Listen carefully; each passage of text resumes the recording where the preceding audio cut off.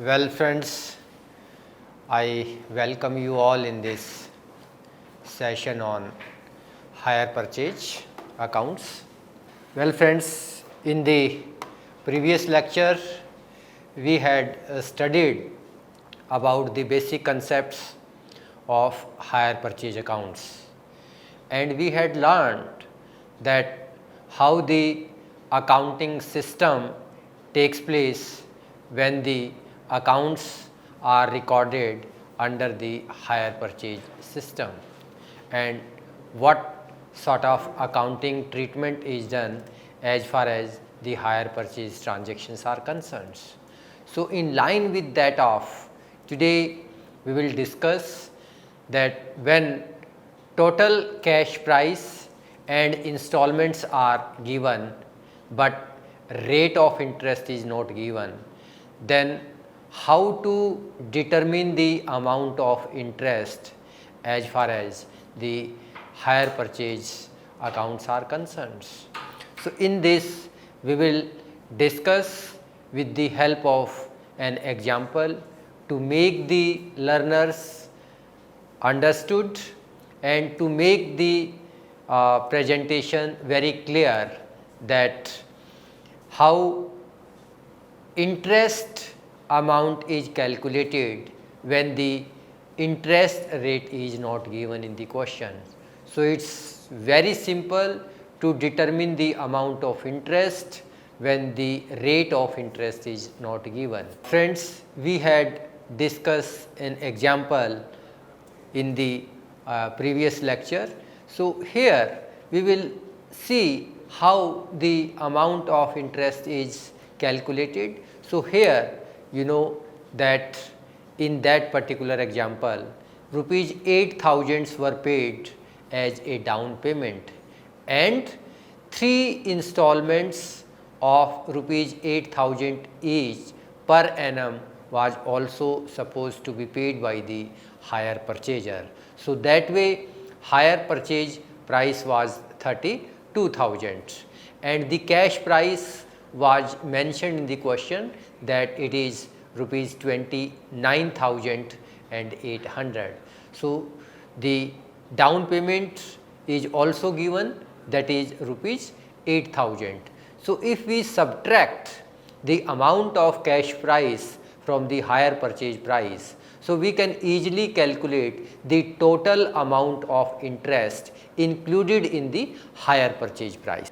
So, here hire purchase price was rupees 32,000 and the cash price was rupees 29,800. So, that way rupees 2,200 is the total amount of interest which is included in the hire purchase price. So, let us see that out of rupees 2,200 what will be the amount of interest which is included in each installment. So, this is a total rupees 2,200 is the total amount of interest. So, based on this now we have to ascertain the amount of interest which is included in the annual installment. So, it is very simple that in the beginning of the first year the total amount which is outstanding is rupees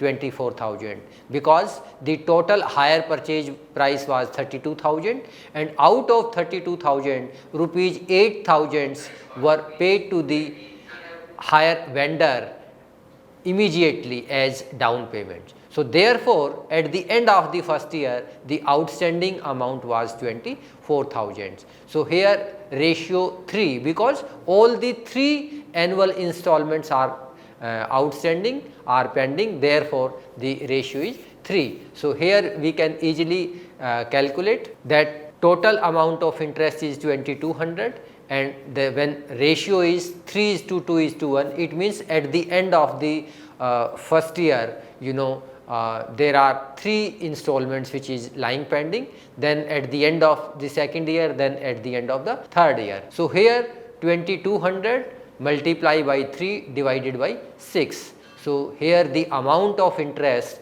is rupees 1100, which is included in the first installment of rupees 8000.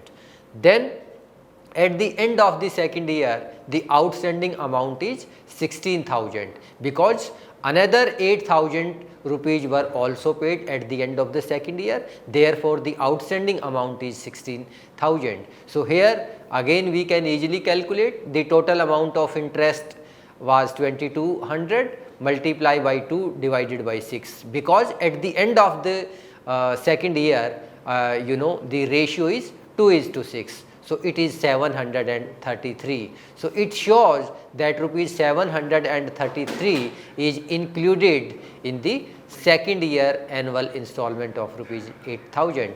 Then we can easily calculate at the end of the third year, the outstanding amount is 8000. So, here in 8000 we can easily calculate the amount of interest which is included, that is 367, because the total amount was 2200 and the ratio is 1:6. So, if we calculate it, it comes to rupees 367. So, that way out of 2200 in the first year installment 1100 rupees were included, in the second year annual installment of 8000 rupees 733 rupees were included, and in the third year installment of rupees 8000 367 rupees as interest were included in the installment. So, this is how we can calculate the amount of interest which is included in the annual installment. It is very simple. Next one is accounting record in the books of hire purchaser when asset is recorded at full cash price. So, we will see, and again it is very simple, only the thing which matter is that we must be very focused and we must try to understand the implications of the hire purchase accounts of hire purchase transaction, how these transactions are recorded, and when some informations are given particularly about the hire purchase transaction, then how to deal with those transactions. So, it is very simple to calculate all those things. So, here following are the journal entries which are recorded in the books of the hire purchaser in case where the asset is recorded at full cash price. So, first one is when the asset is purchased on hire purchase. So, very simple, asset is coming to us, therefore, it must be debited as per the real account, asset account debit to hire vendor. And when the cash down payment is made, very simple, the cash is going out, therefore, it must be credited vendor account debit to bank. Third one is when the first installment becomes due. It is very simple, interest account debit to hire vendor when the amount of interest is due, and when the installment is paid, it is very simple, vendor account debit to bank, because as per the personal account, vendor is the person who is receiving the payment. So, any person receiving the payment must be debited and the cash is going out. So, as per the rationale of the real account, anything which is going out must be credited. Then depreciation charge. So, being an expenditure, we will apply the rationale of the nominal account. So, all expenses and losses must be debited, depreciation account debit to asset. So, here the asset is losing its value. So, therefore, asset account must be credited, otherwise we all know that all the assets have the debit balance, but in order to reduce the value of the asset, it must be credited. Then for transfer of interest and depreciation to profit and loss, because amount of interest and depreciation both are the loss or expenditure for the hire purchaser. Therefore, any balance of expenses and losses must be transferred to the profit and loss account as per the rationale of the accounting. So, the journal entry is very simple, profit and loss account debit to interest to depreciation. So, here is a question. ABC Limited bought a machine on 1st January 2016 from XYZ Limited under a hire purchase system of payment, under which 3 annual installments of rupees 2412 would be paid. There is no down payment and the cash price is rupees 6000.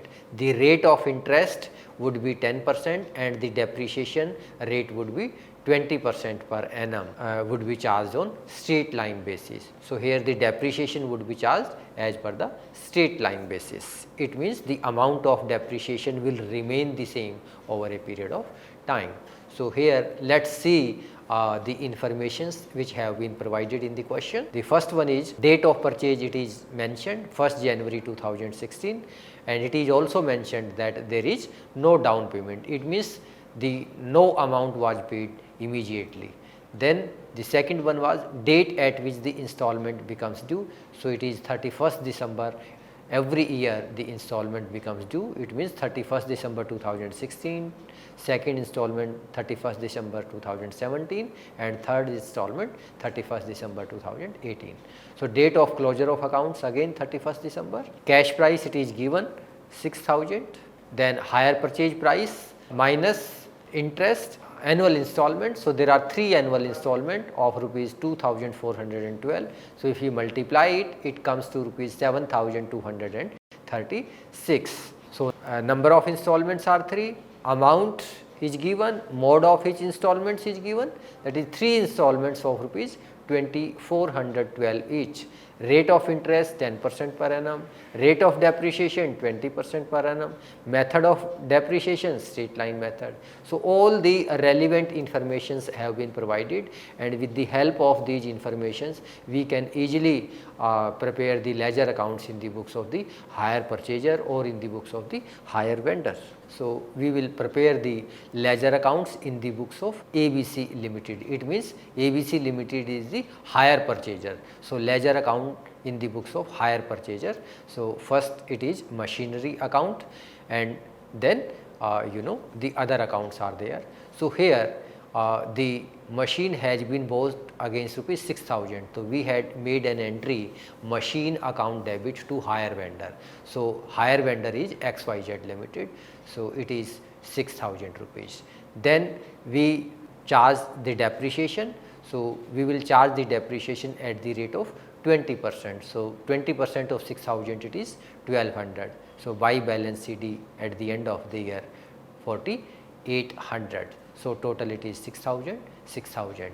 Then we will brought down this balance 4,800. Again we will charge the depreciation 1,200, because the depreciation amount will remain the same, because the method of charging depreciation is straight line basis. So, by balance CD 3,600. So, again it will be brought down next year, 2 balance brought down 3,600. So, by depreciation 1,200. So, by balance CD 2,400. So, this is how the asset account is prepared in the books of the hire purchaser. Next one is XYZ Limited account. It means hire vendor account. So, generally hire purchaser will prepare 2 accounts in his books. First one is asset account and the second one is hire vendor account. So, in the books of hire purchaser, hire vendor accounts. So, when we will make the first payment at the end of the first year, we will make the entry hire vendor account debit to bank. So, it is to bank at the end of the first year 2,412, and then we bought the machinery. So, the entry was machine account debit to hire vendor. So, we had credited the hire vendor account. So, buy machinery 6,000, and here at the end of the year interest is also to be credited in the accounts of hire vendor. So, we made the entry interest account debit to hire vendor. So, buy interest 600. So, total it is 6,600, and here at the end of the first year 2 balance carried down. This is the difference between the credit side and debit side 4188. So, total is 6,600. Now, in the beginning of the next year we will brought down this balance, by balance brought down 4,800. So, again by interest 418 rupees, total is 4,606. Here again at the end of the second year we will make the payment of the second installment to bank 2,412. So, at the end of the second year this is the balance of 2,194. So, total is 4,606. So, again at the beginning of the third year we will brought down this balance 2194, by balance brought down 2194, and again by interest at the end of the third year 218. So, the total is 2412, and here at the end of the third year we will make the payment of the third installment, and the amount of installment is 2412. So, here the account is automatically closed by having the equal amount in the debit side and equal amount in the credit side. So, here the amount of interest is calculated. So, cash price was 6000, add interest on first installment. So, interest on first installment 6000 at the rate of 10%, it is 600. So, total amount will be 6600 less first installment, it was 2412. So, amount outstanding at the time of second installment would be 4188. Now, we will calculate the amount of interest on this amount at the end of the second year. 10% of 4188. So, amount comes to 418. So, it is total is 4606. So, less second installment, again it is 2412. So, the outstanding amount at the end of the second year or amount outstanding at the time of third installment, it is 2194. So, we made the payment of third annual installment, that is 2412. So, if we deduct the amount outstanding at the time of third installment 2194 out of the annual installment, we can easily arrive at the amount of interest which is included in the annual installment. This is how the amount of interest which is included in annual installment can be calculated. When the asset is recorded at cash price actually paid. So, this is the second situation. The earlier situation was when the asset was recorded at full cash price. Now, here the asset is recorded at cash price actually paid. So, in this situation we know that in case of hire purchase, the ownership of goods passes to the hire purchaser after the last installment has been paid successfully. Since the goods do not become the property of the buyer, he does not have any right to debit the asset account at its full price. Hence, no entry is passed when the asset is purchased unless it involves down payment. Entries are passed as and when installment becomes due and the price of the product is paid. So, the entries are when the asset is purchased, we will make no entry because here the no payment is made. Therefore, when the asset is purchased, the hire purchaser has no right to debit the asset account, because until or unless he makes the last payment of the installment, he cannot debit the asset account, because debiting the asset accounts mean that the hire purchaser has become the owner of that assets. So, he cannot be an owner until or unless he makes the last payment to the hire vendor successfully. So, here for cash down payment, entry is very simple: asset account debit to bank. Second one is when the installments becomes due. So, it is very simple: asset account debit, interest account debit to hire vendor. So, asset account will be debited with the amount of cash price of the installment, and interest account will be debited with interest on installments, that is amount of interest on annual installment. Then the next journal entry would be when the installment is paid. It is very simple: vendor account debit to bank, because vendor is a person who is receiving the payment. Therefore, as per the rationale of the personal account, we will debit the individual who is receiving the payment. So, debit the receiver. So, here vendor account is debited because he is receiving the payment, and here as per the rationale of the real account. So, we will credit anything which is going out. So, here the payment from the bank is going out, therefore, we have credited the bank account. Fifth one is depreciation charges. So, entry is very simple: depreciation account debit to asset. Then The last one is when interest and depreciations are transferred to the profit and loss. So, just now we had discussed that being the losses and expenses, all expenses and losses balances have to be transferred to the profit and loss account. So, the journal entry would be profit and loss account debit to interest account to depreciation account. So, here one thing which is very important, the learner must always keep this thing in mind while dealing with the hire purchase transactions. It should be noted that though the asset account is debited with the amount of cash price paid.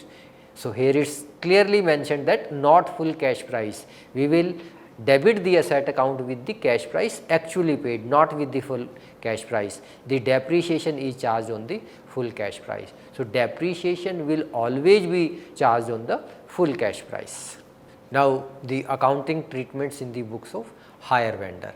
So, we have now discussed the accounting treatments in the books of hire purchaser. Now, we will discuss the accounting treatments in the books of hire vendor. So far as the vendor is concerned, a hire purchase sale is just like an ordinary sale, with the exception that payment is deferred over a period of time for which the vendor charges interest. He debits the hire purchases account with full cash price and credit is given to sales account. So, the entry would be hire purchases account debit to sales. The interest amount is debited to the hire purchaser account as and when the installments becomes due. It is very simple.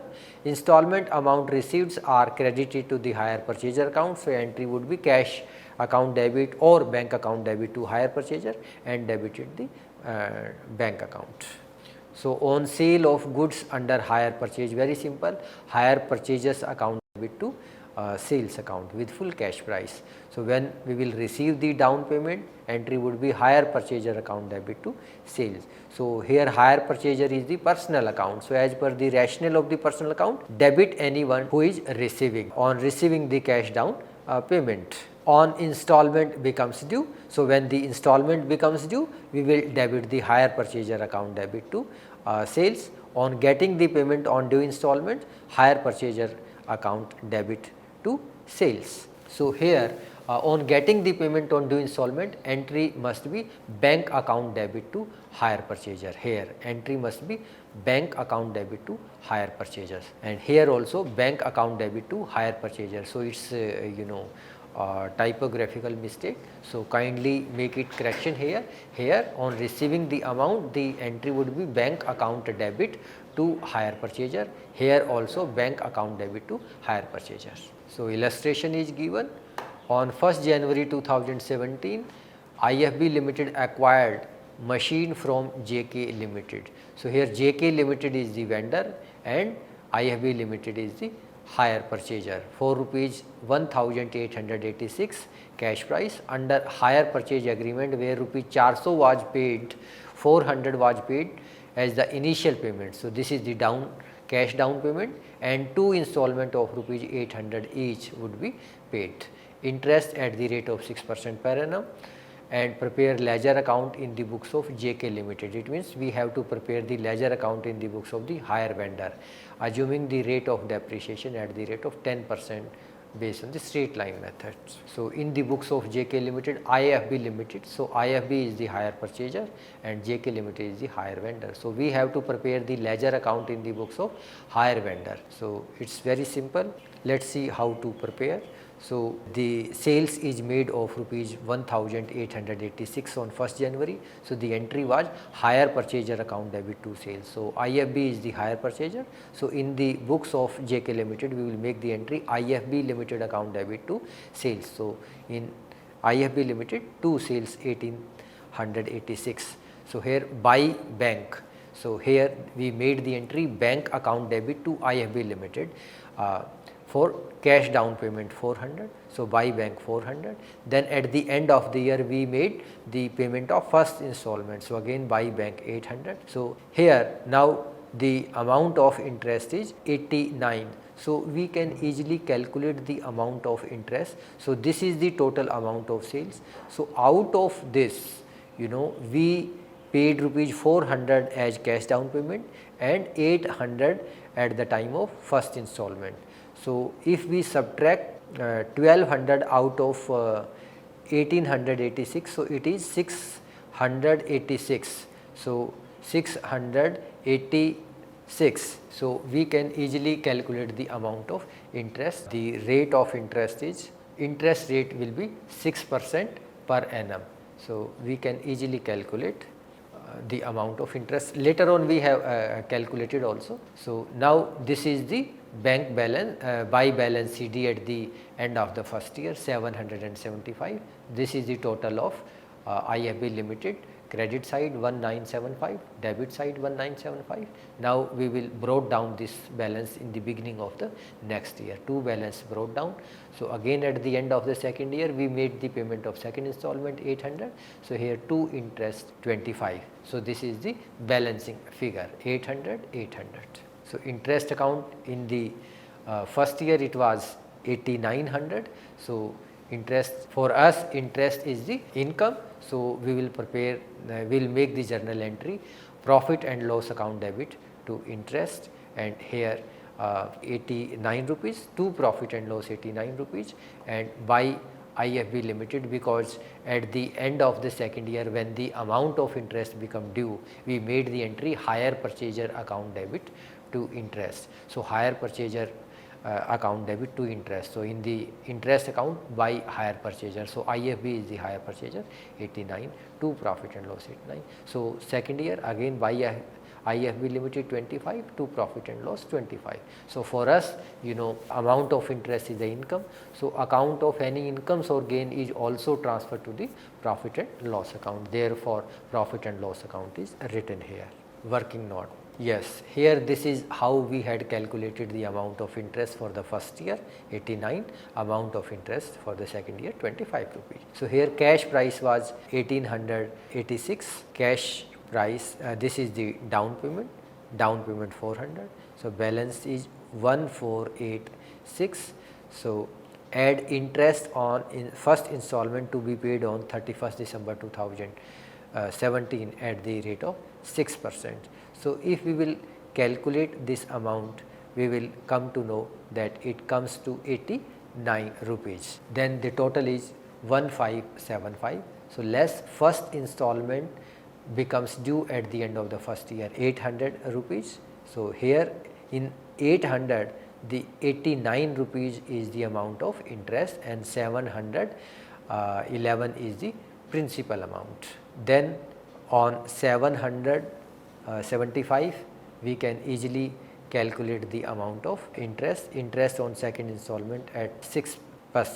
So it comes to rupees 25 because total is 800, amount of second installment is 800. So again in the second year annual installment rupees 25s are included as far as the interest is concerned, and rupees 775s are for the cash payment or for the principal amount. So this was all about this lecture on hire purchase accounts. So I am sure that this would have benefited, this would have made my learners very clear as far as the recording of transaction in case of hire purchase accounts are concerned. Thank you very much.